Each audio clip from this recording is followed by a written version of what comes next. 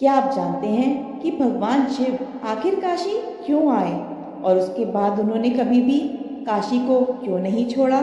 यह तो हम सभी सुनते हैं कि काशी मोक्ष का शहर है, कि वहाँ अंतिम सांस लेने से जन्म और मृत्यु के चक्र का अंत हो जाता है। लेकिन यह बात शायद ही कोई जानता हो कि शिव स्वयं इस शहर में कैसे आए, एक ऐसा बोझ उठाकर जो किसी भगवान ने शायद कभी नहीं उठाया था। और काशी ही वह एकमात्र जगह थी जिसने उन्हें उस बोझ से मुक्त किया। यह सब शुरू हुआ एक लड़ाई से, ब्रह्मा जी और विष्णु जी की लड़ाई से। ब्रह्मा और विष्णु इस बात पर बहस कर रहे थे कि कौन बड़ा है। ब्रह्मा ने कहा, मैं निर्माता हूँ, सब कुछ मेरी वजह से शुरू होता है, इसलिए मैं बड़ा हूँ। विष्णु जी ने उत्तर दिया, बिना संरक्षण के सृष्टि का कोई अर्थ नहीं है। मैं ही वह हूँ जो दुनिया की रक्षा करता है, मैं महान हूँ। दोनों की आवाज़ें तेज होती चली गई और उनके अहंकार भी बढ़ गए और ब्रह्मांड उनके अभिमान के बोझ के तले कांपने लगा।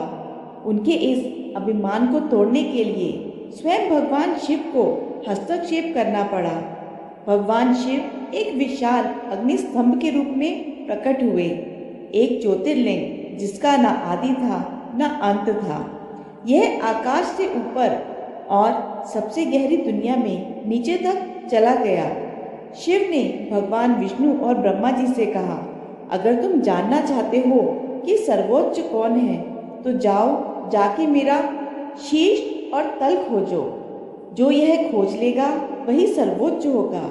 यह सुनते ही विष्णु जी ने तुरंत एक सुअर का रूप धारण किया और पृथ्वी में नीचे तल खोजने के लिए चले गए। उन्होंने अंधेरी दुनिया, आग की नदियाँ और पहाड़ों को पार किया जिन्हें किसी ने कभी देखा भी नहीं था। काफी समय बीत जाने के बाद उन्हें सच्चाई समझ में आई कि इसका तो कोई अंत ही नहीं है। ब्रह्मा जी पूरे आत्मविश्वास के साथ ऊपर गए। उन्होंने एक हंस का रूप धारण किया और बादलों के पार, तारों के पार, अनदेखी दुनिया के पार ऊंचे और ऊंचे उड़ते चले गए। ब्रह्मा जी इसी तरह युगों तक उड़ते रहे। युगों तक उड़ने के बाद उन्होंने अंतहीन आग के खंभे से एक केतकी का फूल नीचे गिरते हुए देखा। यह कहीं बहुत ऊपर से गिरा था, एक ऐसी जगह जहां ब्रह्मा जी कभी नहीं पहुंच सकते थे। उस पल में वह झिझके।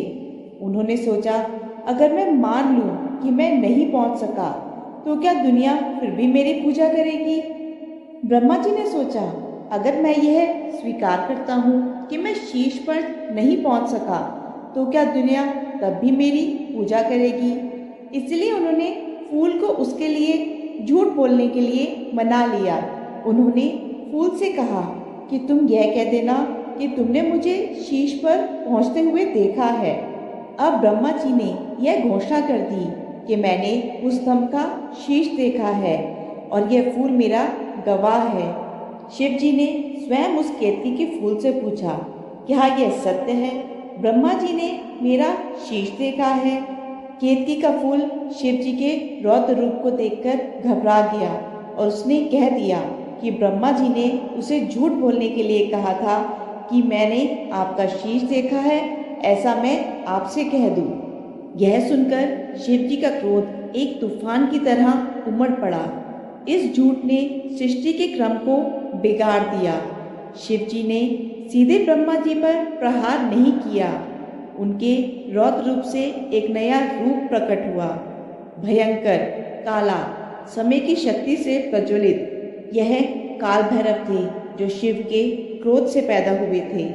और यह काल भैरव ही थे जिन्होंने शिव जी के कहने पर आगे बढ़कर ब्रह्मा जी के उस झूठ बोलने वाले 5वें सिर को काट दिया था। लेकिन ब्रह्मा जी का वह 5वां सिर कटकर धरती पर नहीं गिरा, यह भैरव के हाथ से ही चिपक गया, जैसे नियति ने खुद इसे वहां चिपका दिया हो। और एक निर्माता को मारने का परिणाम एक रूप ने ले लिया। यह एक भयंकर देवी थी जो हर जगह भैरव का पीछा किया करती थी, न्याय की मांग करती थी। जहाँ भी भैरव चलते थे वह चलती थी, जहाँ भी वह रुकते थे वह चिल्लाती थी। ब्रह्मा जी का 5वां सिर भैरव के हाथ से नहीं गिरा, इसलिए देवी की आवाज़ें भी नहीं रुकी। इसलिए भैरव जगह जगह भटकने लगे। वह बर्फीले पहाड़ों से होकर गुजरे, जहाँ बर्फीली हवाएं उनकी त्वचा को काट रही थी। वह गहरे जंगल से होकर गुजरे, जहाँ गर्वित ऋषियों ने उन्हें देखते ही अपना अहंकार टूटते महसूस किया। वह पवित्र नदियों के किनारे चले, जिन्होंने अनगिनत पाप धोए थे, लेकिन वह उनके पाप को नहीं धो सके। समय का अर्थ कहीं खो सा गया था। दिन और रातें धुंधली हो गई थी। मौसम बिना किसी उद्देश्य के आते जाते रहे। भैरव अब क्रोधित नहीं थे, वह बस थक गए थे। इतनी बुरी तरह थक गए थे जितना देवताओं को भी नहीं होना चाहिए था। युगों तक भैरव इसी तरह भटकते रहे, लेकिन उस भयंकर रूप के अंदर शिव स्वयं थक चुके थे। हर कदम के साथ खोपड़ी भारी महसूस हो रही थी। देवी की आवाज़ तेज होती गई, और फिर भी ब्रह्मांड में किसी भी पवित्र स्थान ने उन्हें स्वीकार नहीं किया। ऐसा था जैसे सृष्टि स्वयं उनके किसी विशेष भूमि तक पहुंचने का इंतजार कर रही थी। एक ऐसी भूमि जिसमें एक अलग तरह की ऊर्जा थी, एक ऐसी भूमि जो ब्रह्मांड के शुरू होने से बहुत पहले से उनका इंतजार कर रही थी। एक ऊर्जा जो काफी लंबे समय से उनका इंतजार कर रही थी। अंत में एक दिन भैरव 2 छोटी धाराओं वरुणा और अस्सी के बीच जमीन की एक शांत पट्टी पर पहुंचे, जिस पर उनके पैर ने उस जमीन की मिट्टी को छुआ। जैसे सब कुछ बदल गया। हवा अलग महसूस हुई, हवा नरम हो गई, यहाँ तक कि उनके नीचे की धरती भी जीवित महसूस हुई। पास में बहती गंगा शांत लग रही थी, लगभग स्वागत ही कर रही थी जैसे वह जन्मों से उनका इंतजार कर रही थी। और फिर वह हुआ, वह चमत्कार जो ब्रह्मांड में कोई और जगह नहीं कर सकती थी। वह खोपड़ी, ब्रह्मा जी का 5वां सिर, जो युगों से भैरव के हाथ से चिपकी हुई थी, ढीली हो गई। वह एक बार हिली और गिर गई, और उनके पीछे की भयंकर देवी के चिल्लाने की आवाज़ें भी बंद हो गई। उनका रूप धूप के कोहरे की तरह धुल गया। भैरव आखिरकार मुक्त हो गए। उस सटीक स्थान को आज कपाल मोचन के नाम से जाना जाता है। वह स्थान जहाँ खोपड़ी गिरी, वह स्थान जहाँ भैरव का बोझ समाप्त हुआ, वह भूमि काशी थी। जब भैरव मुक्त हुए, शिव मुस्कुराए, क्योंकि वह भूमि जो भैरव को एक ब्रह्मांडीय पाप के बोझ से मुक्त कर सकती थी, वह किसी भी अन्य भूमि से अलग थी। शिव ने अनगिनत दुनियाओं को बनते और मिटते देखा था, लेकिन केवल काशी में ही इस तरह की कृपा थी। इसलिए शिव ने रुकने का फैसला किया, कर्तव्य से नहीं बल्कि प्यार से। लेकिन काशी ने केवल भैरव को ही मुक्त नहीं किया, इसने स्वयं शिव को भी ठीक किया। अपने स्वयं के उग्र रूप को युगों तक इस तरह बोझ उठाते हुए देखने के बाद शिव ने भी महसूस किया कि क्या हुआ था। और यहाँ काशी में पार्वती अन्नपूर्णा के रूप में प्रकट हुई। वह जो दुनिया का पोषण करती है, उसी थकावट को दूर करने के लिए वह गरज या चमत्कारों के साथ नहीं आई, वह प्यार के साथ आई। उन्होंने शिव को अपने हाथों से भोजन अर्पित किया। एक साधारण सा कार्य, फिर भी युगों की तीव्रता के बाद इसका सब कुछ मतलब था। शिव ने इसे कृतज्ञता के साथ स्वीकार किया। काशी की गलियों में स्मृति से भी पुराने आकाश के नीचे शिव ने फिर से पूर्ण महसूस किया। काशी आने वाले अधिकांश लोग इसे खुले तौर पर नहीं कहते, लेकिन वे उसी कारण से आते हैं जिस कारण भैरव आए थे। हर कोई कुछ न कुछ लिए हुए अपराध बोध, डर, भ्रम, यादें जो मिटने से इनकार करती हैं।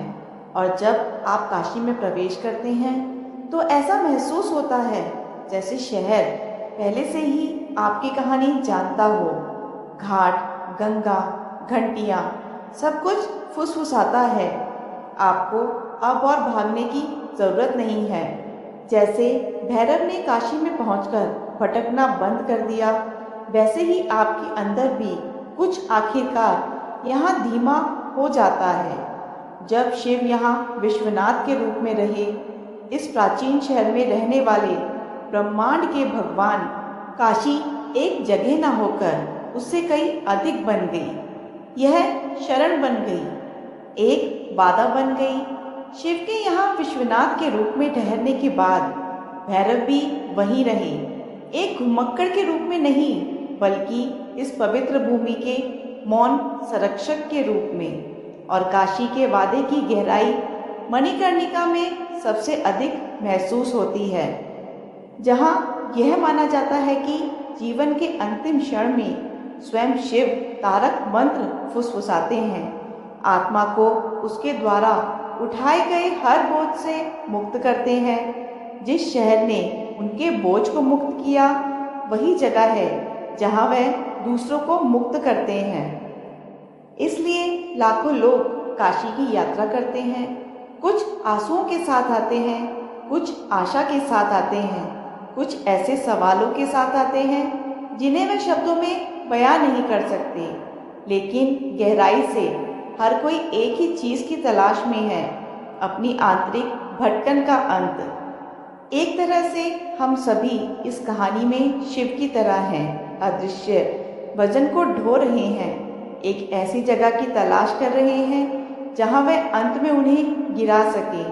काशी केवल मंदिरों और घाटों का शहर नहीं है, यह एक द्वार है, एक वादा है, एक जगह जहां देवता भी बोझ लेकर आए और मुक्त होकर चले गए।